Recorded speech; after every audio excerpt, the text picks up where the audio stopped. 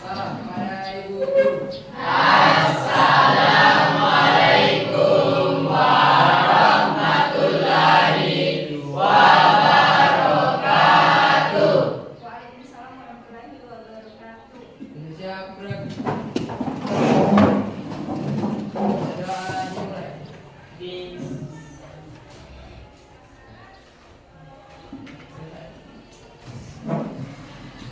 Baik, sebelum memulai pembelajaran, silakan rapikan posisi duduknya dan silakan duduk sampai yang ada di sekitar Anda. Assalamualaikum warahmatullahi wabarakatuh.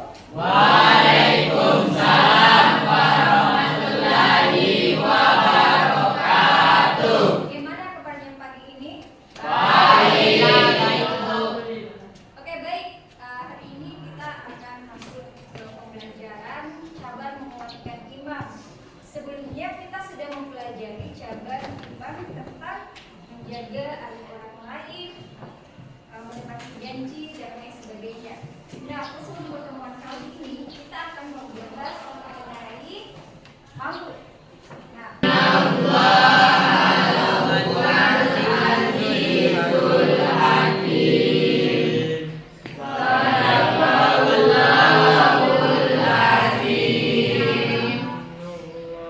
apa tujuan pembelajaran kita untuk pertemuan kita pada kesempatan kali ini?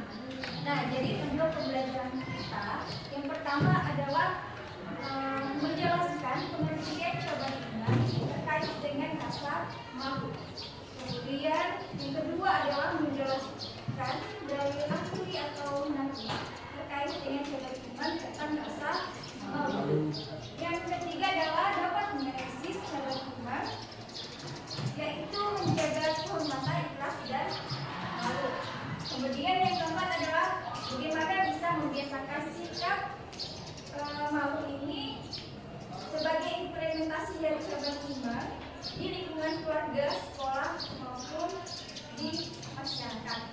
Nah, selanjutnya adalah yang terakhir adalah Anda bisa mempresentasikan cabang iman ini terkait dengan rasa malu. Nah, itulah pembelajaran yang akan kita capai untuk kesempatan kali ini. Nah, setelah kalian menganalisis tujuan pembelajaran, Ibu akan menjelaskan apa itu pengertian dari rasa malu. Nah, sebelumnya apa ada yang sudah mendengar dengan kalimat ini? Apa ada yang sudah pernah mendengar dengan terkait pembelajaran kali ini? Tentang rasa malu. Ada yang tahu pengertiannya? Sebelum Ibu menjelaskan. Muruah bagi pelajar yaitu yang pertama menjaga akhlak dan perilaku, berpakaian sopan, bergaul dengan teman yang baik, menghormati guru dan orang tua, menjaga kebersihan serta belajar dengan giat untuk menyelesaikan tugas yang telah diberikan oleh guru. Oke, beri aplaus untuk tengahnya. Baik, tadi itu adalah poin bagaimana menjaga muka bagi pelajar. Selanjutnya adalah bagaimana jika rasa malu itu diterapkan dalam kehidupan sehari-hari. Apa dampak yang akan kita alami? Ada yang bisa menjawab? Artinya yaitu mencegah dari perbuatan tercela, yang dimana seorang yang memiliki sifat malu akan berusaha sekuat tenaga menghindari perbuatan tercela sebab ia takut kepada Allah Subhanahu wa taala. Dan yang kedua, mendorong perbuatan kebaikan. Rasa malu kepada Allah Subhanahu wa taala akan mendorong seseorang berbuat kebaikan. Terima kasih. Oke, baik, aku positif dari menanamkan rasa malu dalam kehidupan serta dampak negatif apabila rasa malu itu tidak diterapkan dalam kehidupan kita sehari-hari. Nah, baik, Ibu akan menjelaskan pengertian dari rasa malu itu. Ya, malu itu adalah bagian dari iman. Oke, di sini ada banyak ya.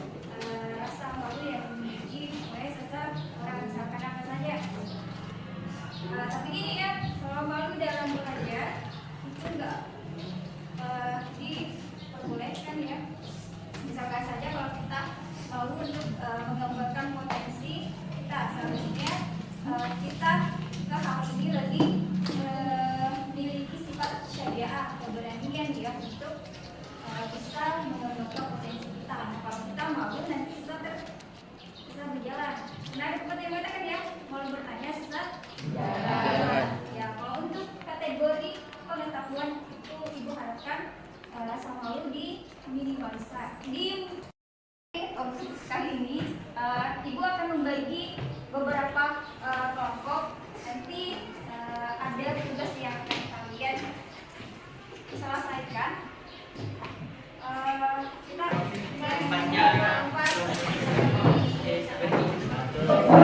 kelompok satu di sana, kelompok dua, kelompok tiga, kelompok empat.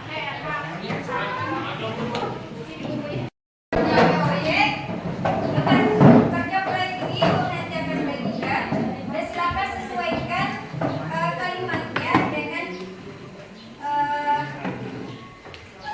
makna yang telah disediakan di dalam kolom. Jadi kalian memilih ya.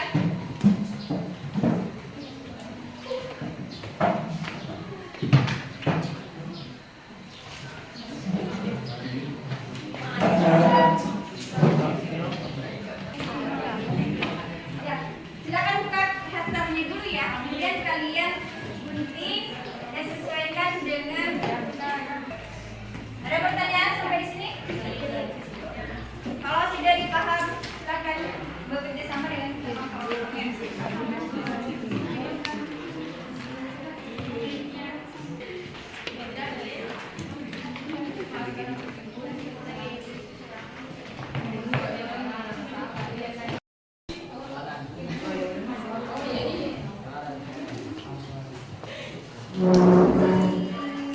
Disesuaikan.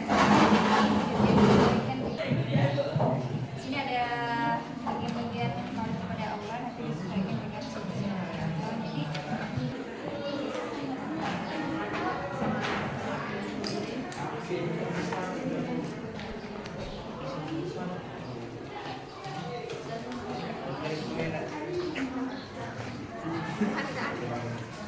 lembar proyeknya. Silakan nak, perwakilan dari kelompok satu.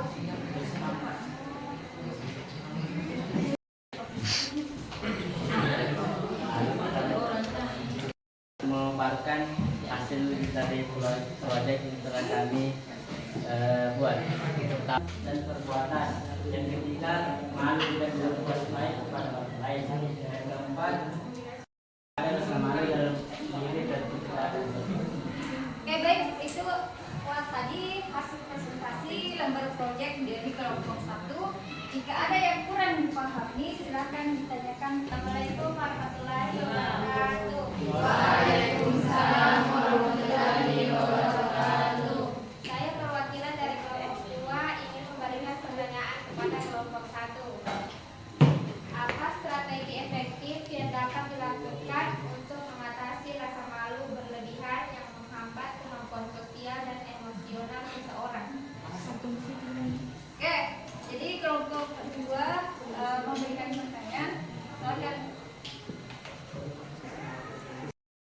Rasa malu berlebihan yang menghambat kemampuan sosial dan emosional seseorang.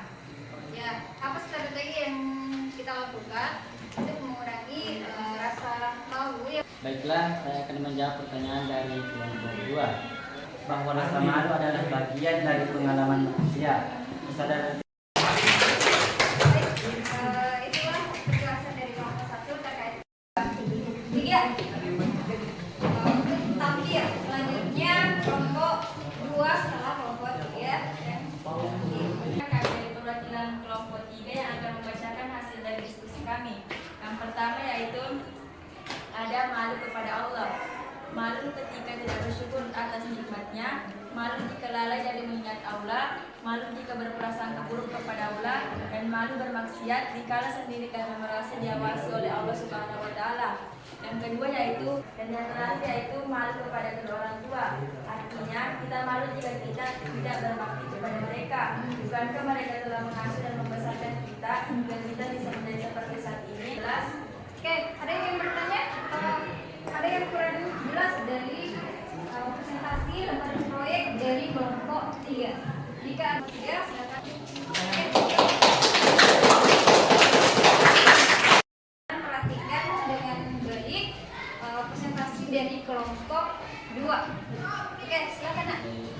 Baik, perkenalkan kami dari selaku perwakilan kelompok 2 yang akan mempresentasikan hasil diskusi kelompok kami, yaitu mencari sifat malu Islam yang dapat kita amalkan untuk kehidupan sehari-hari.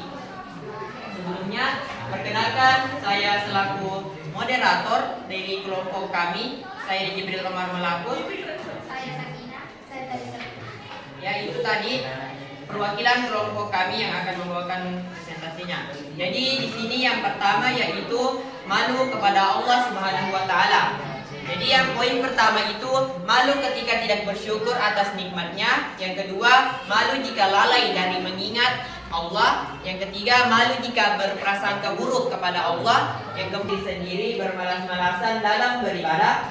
Malu melihat diri sendiri banyak bermaksiat dan berbuat dosa. Malu melihat diri sendiri banyak berbuat salah pada orang lain. Setelah tadi pembahasan yang telah kelompok kami sampaikan, jika masih ada yang kurang paham pada presentasi yang kami bawakan, bisa diberikan pertanyaan untuk kelompok kami. Jadi saya ingin bertanya tentang poin kedua, yaitu malu kepada kedua orang tua. Kan di sini ada poinnya malu kepada orang tua. Lalu bagaimana kalau misalnya ini orang tua tidak pernah hina asuh, tidak pernah bersangka, tidak pernah ada. Baik, saya akan menjawab pertanyaan dari kelompok 3. Jadi Anda mengatakan apakah kita sebagai seorang anak masih pantaskah merasa malu jika orang tua kita itu sudah tidak berada di kita semenjak kita mulai dari bayi sampai dewasa? Kasih yang tidak ada. Kasih sayang yang tidak ada. Satu metode tapi tidak pernah kayak. Tahu pasti kita juga memiliki dosa, dan orang tua kita lah yang mendapatkan dosa itu ketika sudah di akhirat. Pasti dia dipertanyakan kepada malaikat bahwa anak Anda seperti begini. Ini yang dia lakukan ketika dia masih hidup. Itu adalah anggapan ya. Kalau kita mau pikir secara logis ya, perhatian itu tidak hanya ketika kita mulai dewasa ya. Sejak dia memperhatikan kita dari kandungan itu sudah memberikan perhatian ya. Dan kalau tidak lakukan hubungan itu dia sudah memberikan perhatian yang mungkin kita tidak pikirkan. Mengena, namun bahasanya perlu ditambahkan ya kalau gitu. Sampai sini sudah dipahami. Oke, kalau sudah dipahami, ibu rasa proyek ini sudah selesai. Dan terima kasih juga kepada kelompok 3 yang telah memberikan pertanyaan untuk kelompok 2. Jadi itulah tadi seputar materi-materi yang telah kami bahas, dan ada juga sedikit hiasan-hiasan dari kelompok 3 kepada kelompok kami. Baik, saya menutup presentasi dari kelompok kami. Wabillahi taufiq wal hidayah. Wassalamualaikum warahmatullahi wabarakatuh. Waalaikumsalam warahmatullahi wabarakatuh.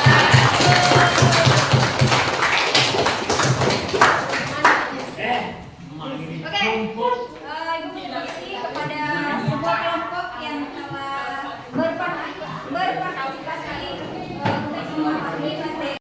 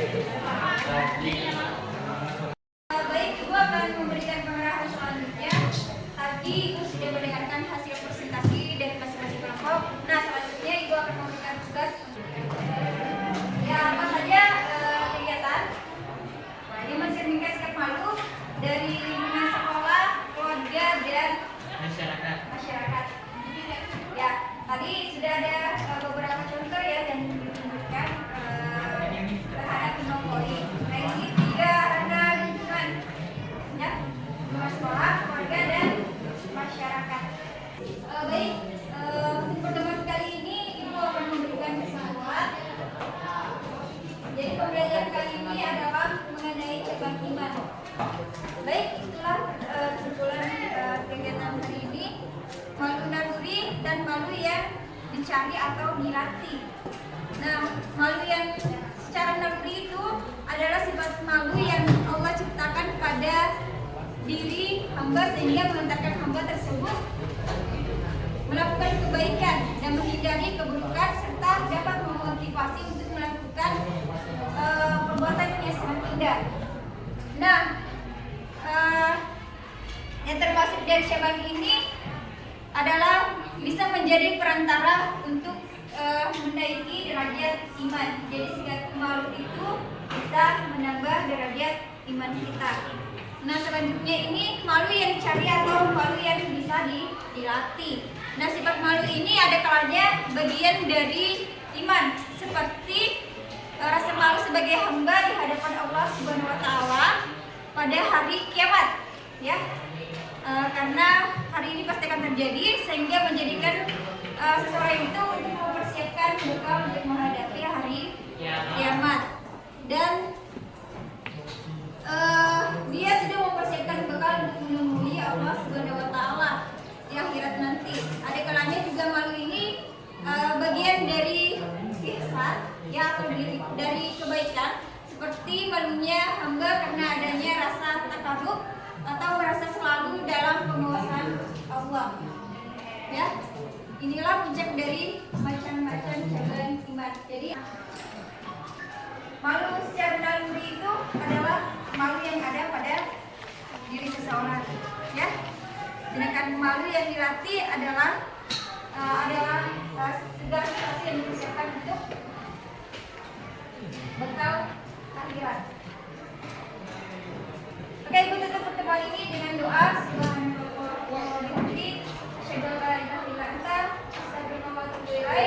Assalamualaikum warahmatullahi wabarakatuh.